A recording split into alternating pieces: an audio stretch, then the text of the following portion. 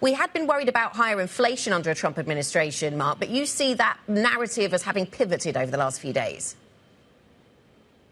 Yes, absolutely, Anna. I do think that the macro narrative that we've had for the last maybe 5-6 weeks, maybe longer, has definitely changed. Like all changes in narratives, it happened gradually and then suddenly all at once. The backdrop here is that we'd had slightly softer soft data for the last couple of weeks out of the US, and that kind of array of data was reflecting in the economic surprise indexes. Suddenly then on Friday, we got a really, really disappointing services PMI print out of the US. And that's kind of sent the city economic surprise index to its lowest level, its most negative level since last September, which kind of shows the disappointment of expectations out there.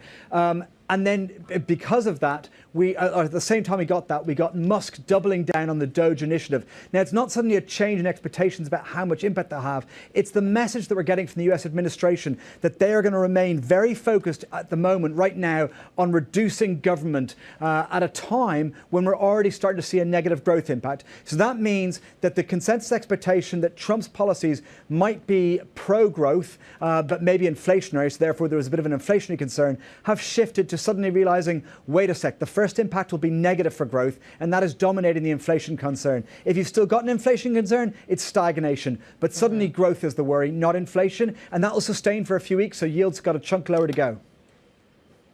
So, Mark, as we speak, I'm looking at a 5, almost 6 basis point move lower in the 10-year over in the States, but not much reaction in futures, in currencies, even in gold and Bitcoin, although those are starting to slump as well. What asset follows the Treasury move? So I think yields of another 20 basis points to go. I think you did see front-end rates move yesterday. You're seeing metals move already. You are seeing stocks obviously react yesterday. Growth stocks, we're seeing that kind of impact. So I'd say you've seen a lot of assets. Obviously, crypto is getting completely destroyed at the moment, though that's a slightly separate narrative, I feel. So I think you're starting to see that impact. I think the currency situation is much, much harder still because there's an impulse to buy the dollar as a haven bid, and obviously tariffs might knee-jerk support dollar, but ultimately this is all very much dollar negative. But how do you trade those two time spans makes the currency side very hard. Well, just focusing on the crypto bit, we have got Bitcoin down nearly 5%, Mark. Is it a sign that the Trump bump's faded?